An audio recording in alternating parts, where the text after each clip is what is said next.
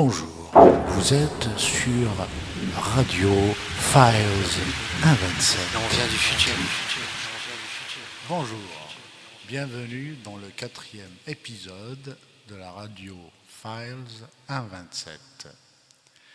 Aujourd'hui, on va accueillir, comme d'habitude, notre cher Lucien Oulavi. Bonjour. Alors aujourd'hui, je vais te poser quelques questions. Alors, la première, c'est quoi la Trinité? Alors la Trinité, on peut répondre sur deux plans. Premièrement, au niveau purement logique, comme ça, Trinité, trois, on va dire, c'est trois angles d'un même triangle. Donc on ne peut pas, on les distingue, mais on les sépare pas. Alors voilà, ça c'est le premier aspect. Deuxième aspect, la Trinité, eh bien, elle existait depuis le début. C'est pas parce que, alors quand on parle de la Trinité, c'est la Trinité chrétienne, parce qu'il peut y avoir d'autres Trinités. Eh bien, on pourrait penser que ça s'est rajouté à quelque chose, à savoir le fait qu'il y ait Dieu, et puis Jésus est arrivé, et ça s'est ajouté, et puis il y a eu le Saint-Esprit, donc ça fait trois. Non, ça existait déjà dès le départ. Dès le départ, il y avait Yah, puisqu'on ne peut pas parler à l'imparfait. Si on suit par exemple un ancien comme Jean, que reprend notre ancêtre Augustin, c'est un mazir bien connu, eh bien il dit, Jean, il faut partir du Père, de Dieu, il dit du Père, de l'origine, ça veut dire l'origine de tout, par le Fils, c'est-à-dire par l'intermédiaire on pourrait dire d'une raison, d'un logos, pour parler comme les Grecs, c'est-à-dire d'une direction. Voilà. L'origine, elle va se concrétiser dans un but. Alors, quel est ce but? Ça, c'est l'Esprit Saint qui le donne. Le but, c'est la vie. C'est la vie. Et qu'est-ce que la vie? C'est justement ce qui nous anime et ce qui anime Dieu également, même si on ne peut pas dire que si on connaît la vie, et on ne la connaît pas entièrement, on connaîtrait Dieu. Non, le contraire est vrai. Dieu peut connaître la vie, mais que la vie connaisse Dieu, elle peut en avoir une image. Enfin bref. Donc on va dire que, pour répondre à ta question, ça existait déjà dès le départ, le 2 par an, de l'origine du Père, par le Fils, par la direction, par la forme, et en la vie. Voilà. Donc, alors, qu'est-ce qui s'est passé à un moment donné? Si tu veux, il y a eu, si on va très vite, Abraham donne l'endroit où aller, etc. Ensuite, il y a Moïse qui surgit pour indiquer plus précisément comment il faut y aller et de quelle façon il faut vivre. Et donc ça va être les 10 commandements. Oui. Et ensuite, il y avait l'attente quand même on pourrait dire comment ces 10 commandements, comment on les organise, comment on les applique, qui est le plus important de ces 10 commandements, comment on fait. Et là, il y avait quand même pas mal de confusion, de guerre, d'affrontements, de conflits, etc.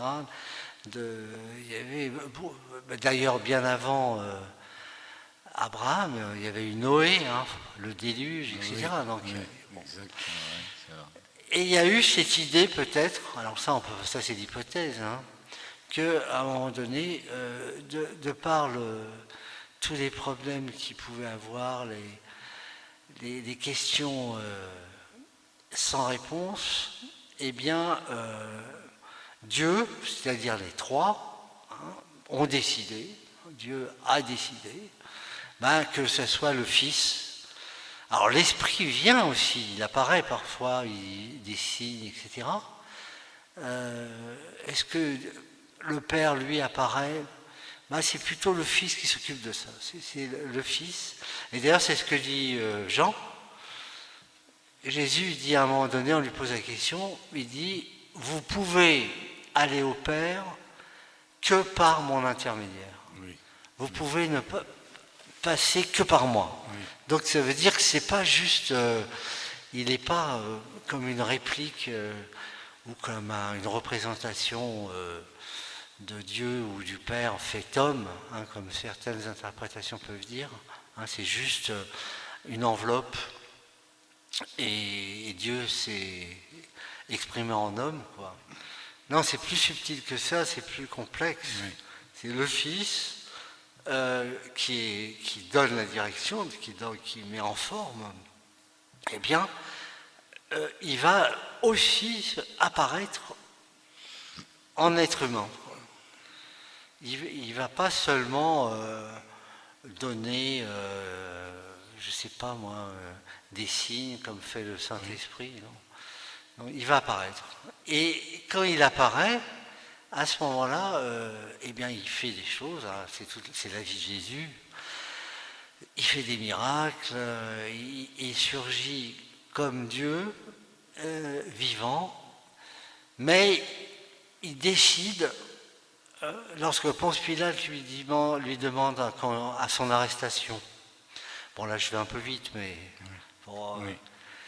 Il lui dit, mais fais-moi un miracle, prouve-moi que tu es Dieu, alors qu'il l'avait déjà prouvé en ressuscitant des gens, en guérissant des gens, Oui. etc., en multipliant les pains, les poissons, etc. Donc il a montré que ce n'était pas juste un prophète ou un guérisseur ou un magicien, c'est beaucoup plus que ça, parce qu'il n'y a pas de magicien qui arrive à ressusciter des gens, quand même s'ils étaient capables, comme au temps de Moïse, à transformer un bâton en serpent, parce que c'était, je ne sais pas si tu te rappelles de cette image-là.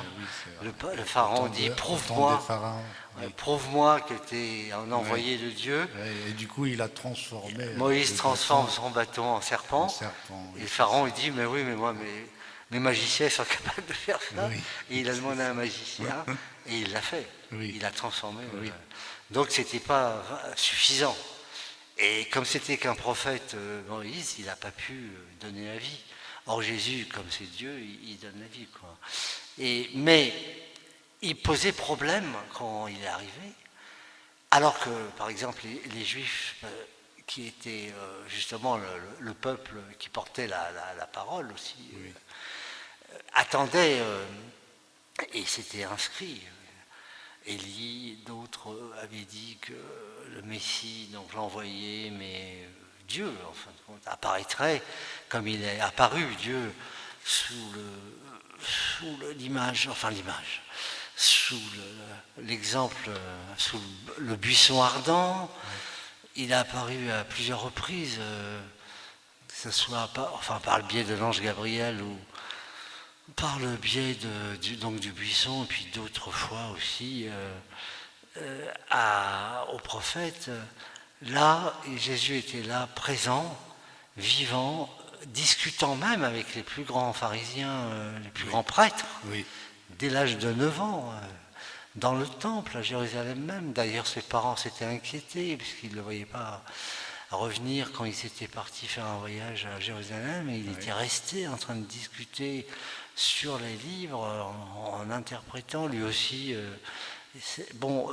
Et donc j'étais d'ailleurs très impressionné, tout le monde était très impressionné qu'à son âge, il savait autant de choses, mais ce qui était normal d'un certain côté. Et puis de l'autre, il voulait vivre complètement la vie d'un homme, complètement. Et en même temps, il était Dieu. Et peut-être que, alors devant Ponce Pilate, on en était là, eh bien, il n'a pas voulu faire de miracle devant Ponce Pilate. Alors peut-être parce qu'il ne voulait pas être obligé. Et puis s'il l'avait fait, à ce moment-là, ça aurait troublé encore plus. Je pense qu'à ce moment-là, Ponce Pilate aurait été obligé d'en référer à l'empereur romain. Et là, il aurait été obligé de dire, s'il a un tel pouvoir, c'est pas possible, quoi. Il faut le tuer. Il n'aurait pas lavé ses mains en disant, parce que lui, Ponce Pilate, il avait dit, vous voulez sa mort, voilà. Parce que les pharisiens, en fait, ils ont voulu sa mort parce qu'ils remettaient en cause tout leur pouvoir. Parce que les pharisiens, les juifs, ne comprennent pas les gens qui disent, oui, les juifs, ils ont quand même tué Jésus, donc c'est un peuple qui a trahi, un peuple déicide, il mérite de mourir aussi, que leur sang se reporte, etc. Non, c'est que ce sont des êtres humains aussi. Et donc, les êtres humains, ils ne veulent pas qu'en politique, dans la cité, quelqu'un vienne leur prendre le pouvoir. C'était un problème de pouvoir aussi. Donc ils ont eu peur que Jésus, avec ses miracles et tout, et en plus ses disciples, soient là. Et comme il y avait de plus en plus de gens qui suivaient Jésus et ses disciples, il les concurrence complètement, et eux, ils seraient au chômage, quoi. Ils seraient complètement. Donc il fallait le supprimer. Et ça, c'est un problème politique. C'est pas du tout un problème de... Enfin bon, voilà. Donc là, alors, au niveau plus religieux, à quoi sert la Trinité? Et ce que dit Jésus, c'est que peut-être qu'à la différence, c'est peut-être celle qui discutait avec les pharisiens et avec les autres religions, c'est que la félicité, le fait d'être auprès de Dieu dans ces trois angles, tu peux l'avoir immédiatement et non pas à la fin des temps ou à la mort, après la mort. C'est immédiatement. Immédiatement, si tu passes par lui, et donc si tu écoutes Jésus constamment, à méditer sur ce qu'il a dit, à ce moment-là, tu as accès au bonheur, au fait d'être transporté, d'être dans une sorte d'extase, d'être pacifié. Mais ça ne veut pas dire que c'est facile tous les jours. Ça, je te parle des meilleurs moments. Ou alors, justement, quand ça va très très mal, très mal, on est en doute complet, comme Jésus l'a été dans le jardin des Oliviers en disant voilà, pourquoi je dois faire ça, pourquoi je dois mourir, c'est sa partie humaine et même sur la croix, quand il dit Père, pourquoi m'as-tu abandonné, il y a ce côté-là, il refuse, il y a une révolte. Donc on se révolte contre la fatalité, contre la souffrance, on est déçu de plein de choses, etc. Soit on continue dans la souffrance et on descend vers l'enfer, et je crois que tu voulais me poser une question sur l'enfer, soit au contraire, on constamment, on remonte, on donne un coup de pied au fond, et puis paf, on remonte, et on reste dans la félicité. Mais justement, maintenant, l'Église, je ne sais pas si tu es d'accord avec moi, mais l'Église n'est plus l'Église d'autrefois. J'ai remarqué, ou bien, peut-être je ne suis pas le seul, c'est-à-dire il y a des églises, certaines églises, où c'est devenu une sorte de communauté. Je ne sais pas si tu as remarqué ça, mais... Une communauté, c'est-à-dire c'est plutôt communautaire. C'est-à-dire, quand tu rentres dans une église, normalement, c'est une église, tu es le bienvenu. Je veux dire, tout le monde est bienvenu. Mais maintenant, j'ai remarqué que l'église, maintenant, je veux dire, il y a certaines églises, bien sûr, pas toutes. Il y a certaines églises où tu rentres et tout le monde... il faut que tu sois un habitué, oui. Oui, mais pourquoi c'est pas l'église, ça? Une église, t'es pas obligé d'être un habitué, quoi. Oui, ça dépend ce que tu veux faire. Si c'est juste assister à à la messe, ou si c'est participer aux activités de la paroisse, alors là c'est différent. C'est sûr qu'ils vont... La communauté, comme tu dis, va te demander qui tu es, qu'est-ce que tu veux, pourquoi, etc. Mais elle ne va pas nécessairement te mettre de côté, même si c'est des êtres humains. Et ça dépend des communautés. Ce qui veut dire que certaines vont être plus fermées que d'autres. Elles vont s'accaparer. Et c'est vrai que c'est un manque. C'est vrai que c'est un problème. Même si ça commence un petit peu à s'estomper quand on voit par exemple, par le manque de prêtres, on voit des prêtres noirs, des prêtres africains, même des prêtres asiatiques. Oui, mais c'est ça la vraie chrétienté. Oui, oui, justement. Alors ce qui pousse la communauté un peu fermée à se dire, bon ben en fait, Jésus au fond, il n'était pas blond aux yeux bleus, quoi. Et pourtant, il n'était pas blanc. Ben oui, c'est ça. Aux yeux bleus. C'est ça. Oui. Donc ça les pousse à s'interroger sur ce que c'est que l'ouverture à l'autre. Parce que personne ne sait comment il était. Non, mais on présuppose que comme il était juif, que les juifs sont plutôt bruns. Oui, c'est ça. Bon, à moins qu'il y ait des mélanges avec des Nordiques au 1er siècle, ce qui est possible, mais je ne crois pas qu'à ce moment-là, il y avait... Si, ça pouvait être par le biais des Romains, mais lui-même, dans sa famille, il était plutôt descendant de juifs entièrement. Il n'y avait pas de... Il ne semble pas qu'il soit issu d'un couple mixte, mais on aurait pu penser que les gènes qui ont fait le côté mâle, donc, parce qu'il y a Marie, mais Marie en fait elle était juste une mère porteuse. Oui, c'est ça. Oui. Mais c'est-à-dire qu'elle a, comme on dit, elle a engendré mais pas créé. Oui.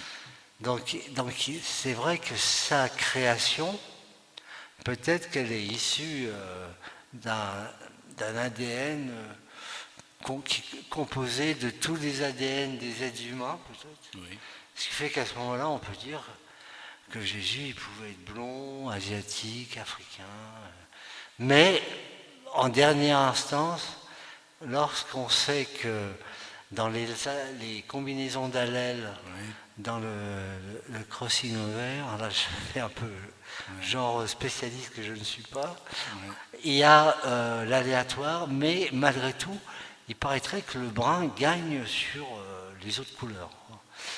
Quand quelqu'un, la mère a les yeux bleus, même le père d'ailleurs, ah non, sauf un cas, la mère a les yeux bleus, le père a les yeux bruns, c'est le brun qui gagne. Oui, c'est toujours comme ça. Mais ma cousine, par exemple, ma cousine, sa mère était brune et son père était blond aux yeux bleus. Eh ben, elle est devenue blonde. Elle était blonde aux yeux bleus. Donc c'est pas, ça dépend parfois. Peut-être que quand ça vient du père, c'est pas pareil que quand ça vient de la mère. Mais bon, ça c'est un autre sujet. Oui, c'est ça. Mais ce qu'on peut dire, c'est que quand même il vient de là-bas, il vient d'Israël, et disons que majoritairement, ces peuples-là étaient plutôt bruns, et étaient plutôt...